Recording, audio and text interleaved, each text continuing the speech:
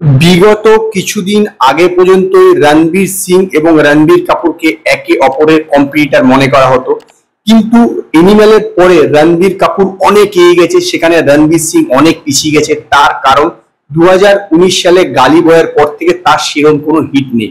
যদিও রকি আর রানী কি প্রেম কাহিনী তার যে লাস্ট সিনেমা সেটা চলেছিল, কিন্তু তার বাজেট খুব বেশি ছিল বলে সেটাকে ক্লিন হিট বলা যায় না। তারপর থেকে রণবীর সিং এর তিনখানা সিনেমার নাম শোনা গেছে। একটি তেলেগু সিনেমা সে সাইন করেছিল, কিন্তু সেই সিনেমাটা হয়নি। তারপর ডন 3 অ্যানাউন্স হয়েছিল, ডন 3 অ্যানাউন্স হওয়ার পরও কিন্তু এখনো পর্যন্ত ডন 3 শুটিং স্টার্ট হয়নি, প্রায় 2.5 বছর হয়ে গেল। তো আজকে রণবীর সিং একটি সিনেমা অফিসিয়ালি অ্যানাউন্সমেন্ট করেছে, সিনেমাটার নাম হচ্ছে ধুরন্ধর।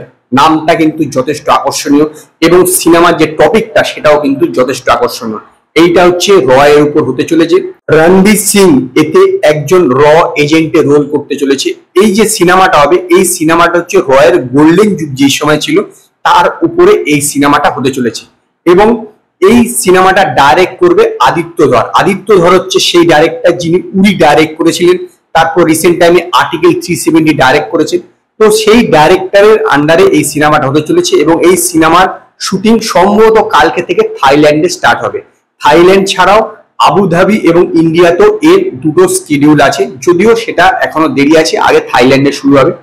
তো এই যে সিনেমাটাতে কিন্তু স্টার কাস্ট খুব ইন্টারেস্টিং আছে, খুব ইন্টারেস্টিং। এই যে স্টার কাস্ট নিয়ে অন্তত আমার মনে পড়ছে না কোনো এর আগে হিন্দি সিনেমা হয়েছে। তার কারণ রণবীর সিং এর সঙ্গে থাকছে আর মাধবন, সঞ্জয় দত্ত এবং অর্জুন রামপাল এবং অক্ষয় খান্না। ভেবে দেখুন স্টার কাস্টটা একবার।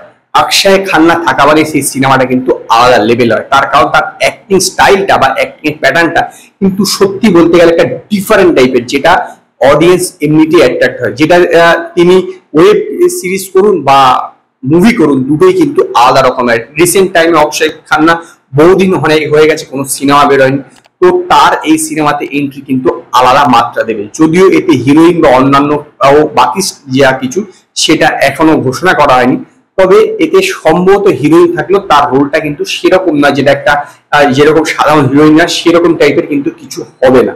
এটা অ্যাকচুয়ালি পুরোপুরি র এর ঘটনার উপর, র যেভাবে কাজ করে থাকে এবং তাদের বেশ কিছু একটা ইনসিডেন্টের উপরে এই সিনেমাটা হতে চলেছে। এই সিনেমা সম্ভবত 2025 সালের সেকেন্ড হাফের দিকে রিলিজ করবে। চান্স আছে যে ডিসেম্বর মাস নাগাদ এই সিনেমা রিলিজ করার।